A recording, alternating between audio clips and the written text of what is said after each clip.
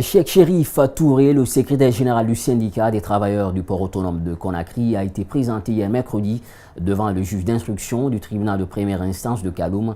Il a fini par être conduit à la maison d'arrêt de Conakry. Le feuilleton judiciaire est donc parti après les auditions qui se sont tenues à la DPJ, la direction de la police judiciaire ici même à Conakry. C'est un reportage de Makiso et Ibrahima Souri Kamara. À la suite des auditions ce mardi à la direction de la police judiciaire, il s'est présenté ce mercredi devant le juge d'instruction. L'avocat de Cheikh Chérif Touré nous livre les charges retenues contre lui par le procureur de la République.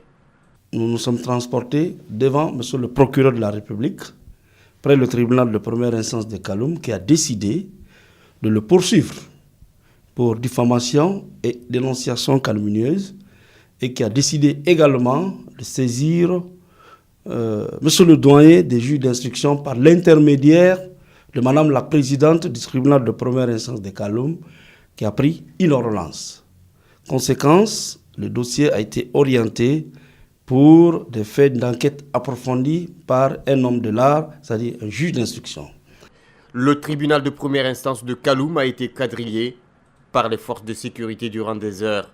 Aux environs de 13 heures, les pick-up sortent du tribunal, direction la maison centrale de Conakry, où Cheikh Chérif Touré passera sa première nuit.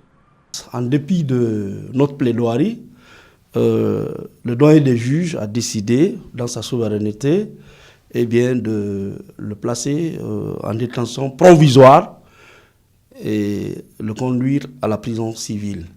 Une ordonnance de placement en détention préventive nous a été signifiée, contre laquelle nous avons immédiatement relevé appel.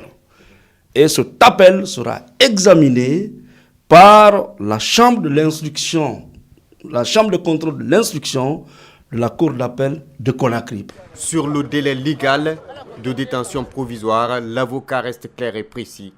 Il indique que c'est un dossier correctionnel. Cette année, le 2 octobre pourrait être placé sous le thème du panafricanisme, ce qui serait une belle initiative, sauf que sur le terrain, rien n'a encore fait, pas de tricolore qui flotte, pas d'affiche, pas de couche de peinture. Les caniveaux sont également sales, pourtant une commission est mise en place pour le bon déroulement des festivités, mais à 2 semaines de la fête nationale, rien comme vous allez le voir dans ce reportage de Mamadou Salouba et de Yacouba Traoré. Qu'en est-il de la célébration du 60e à Conakry? À moins de 2 semaines de cette fête nationale, nous faisons un constat. Première étape, la route Le Prince. Ici, rien n'annonce le 2 octobre.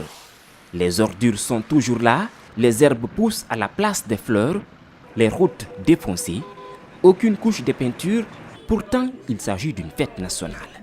La situation, elle est de sorte que le Guinéen aujourd'hui se pose des questions, il est dans quel type d'État? Et l'indépendance que nous avons obtenue avec beaucoup de sacrifices, on a des difficultés même de l'exprimer. C'est comme si on a des problèmes de fierté nationale. Mais ce n'est pas la seule partie de Conakry à nous donner une telle apparence. L'autoroute Fidel Castro, elle aussi n'a pas fait sa toilette. Les lampadaires, les ordures, les routes, rien n'est touché. À 2 semaines seulement de la fête nationale, même pas un drapeau qui flotte.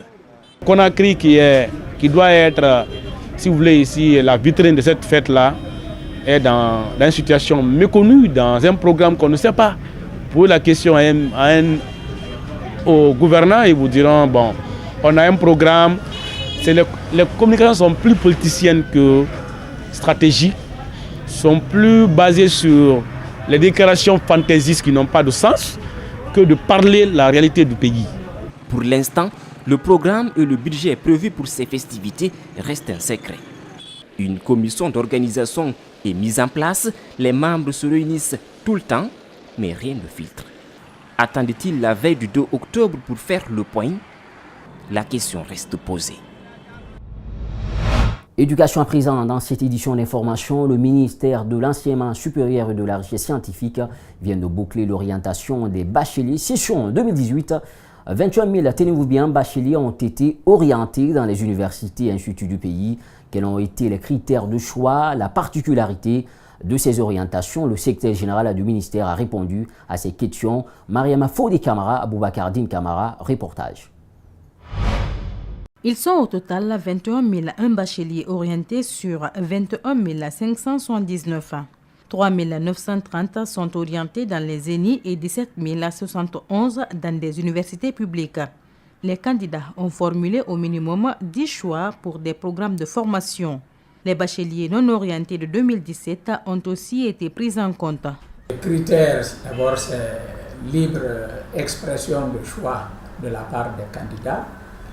Et le critère pour les départager, c'est la moyenne d'admission au bac et le nombre de places offertes par filière.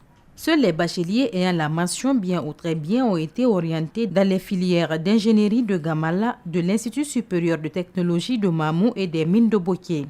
Le secrétaire général parle de particularités de ces orientations. Cette année, c'est qu'on a mis les écoles d'ingénieurs à l'université Gamal Abdel Nasser de Conakry, à l'Institut de Mamou et à l'Institut des mines et géologie de Boké.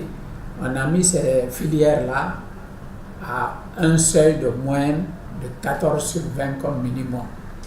Celui qui n'a pas 14, donc mention bien ou très bien, eux, ils ne pouvaient pas aller dans ces filières-là, ce qui n'avait jamais été fait avant.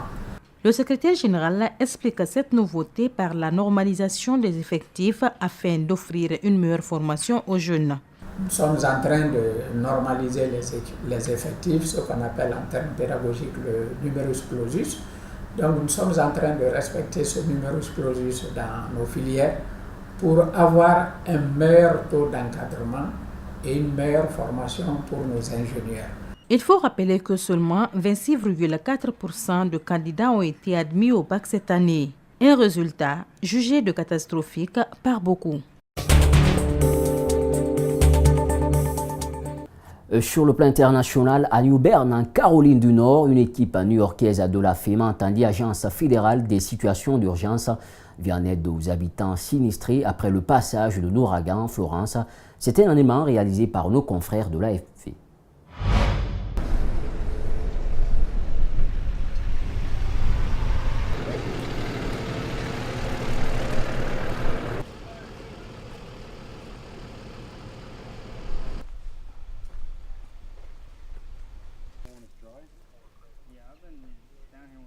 The biggest challenge early on was the weather because we were operating in high winds and rain, and it made it very challenging. Today, heat was an issue. We got to maintain our own team, so it becomes challenging to work in these conditions in the hot weather. We're worried about your truck.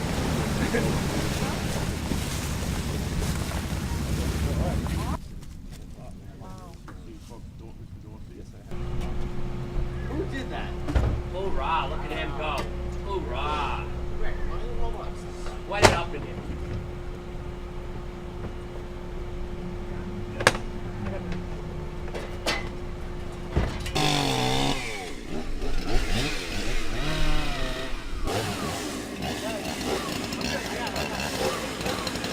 Coming down and helping the people in North Carolina, they have been very appreciative, but their spirits are high.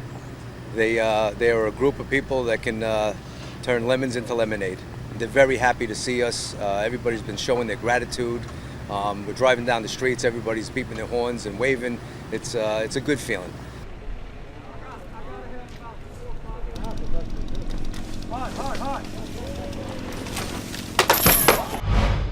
Voilà, c'est la fin de cette édition d'information. Merci à la régie, Mafata Sanou, cadrage, Djibril Kabak Kamara. Portez-vous bien où que vous soyez. Surtout, restez avec Espace TV car le meilleur reste à venir. Au revoir.